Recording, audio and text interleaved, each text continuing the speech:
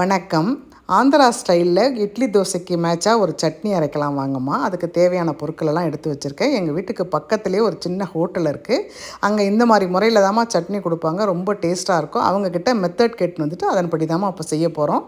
அடுப்பை பற்ற வச்சு ஒரு வானல் வச்சு அந்த வானலில் 1 ஸ்பூன் அளவுக்கு எண்ணெய் போட்டுட்டோமா. ஒரு 10 சின்ன வெங்காயம் இல்லைன்னா நீங்கள் ஒரு பாதி அளவுக்கு பெரிய வெங்காயத்தை நைஸாக கட் பண்ணி போட்டுங்க. நான் 3 பச்சை மிளகா சேர்த்துருக்கேன். காரம் பத்தாதுன்னு நினைக்கிறவங்க 5 பச்சை மிளகா கூட போட்டுங்க. ஒரு சின்ன துண்டு இஞ்சி, ஒரு சின்ன துண்டு புளி, இதை நல்லா கலந்து கொடுத்து வதக்கிட்டுமா. 2 பல்லு பூண்டு போடணும்.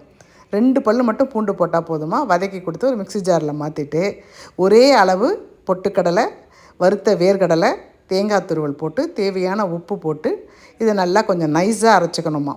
ஃபஸ்ட்டு ஒரு ஓட்டு ஓட்டிட்டு நைஸாக அரைச்சிட்டு அதை அரைச்சதுக்கப்புறம் 1 கப்பு கொத்தமல்லி தழை அதையும் சேர்த்து நல்லா மழமழன்னு அரைச்சிக்கணுமா.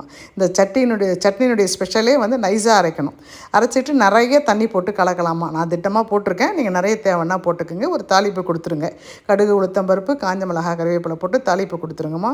சூப்பராக இருந்ததுமா. அந்த சட்னி கொஞ்சம் காரமாகவும் உப்பு தூக்கலாகவும் இருந்ததுன்னா பிரமாதமாக இருக்கும். இதில் இன்னும் கூட தண்ணி ஊற்றலாம். ஆனால் நான் போதுன்ற மாதிரி விட்டுட்டேன். தாராளமாக 3 பேர் சாப்பிட்லாமா. இப்போ ஜோராக இட்லி ஊற்றியாச்சுமா. சுட சுட இட்லிக்கும் சூப்பரான தோசைக்கும் இந்த சட்னி செம்ம டேஸ்ட்டாக இருந்ததுமா.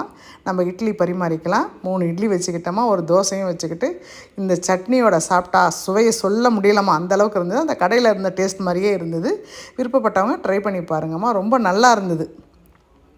இதில் வேர்க்கடலை டேஸ்ட்டும் இருந்தது, பொட்டுக்கடலை தேங்காய் டேஸ்ட்டும் இருந்தது, மல்லி டேஸ்ட்டும் இருந்தது. சூப்பராக இருந்ததுமா. பிடிச்சவங்க ட்ரை பண்ணி பாருங்கம்மா. அனைவருக்கும் நன்றி, வணக்கம்.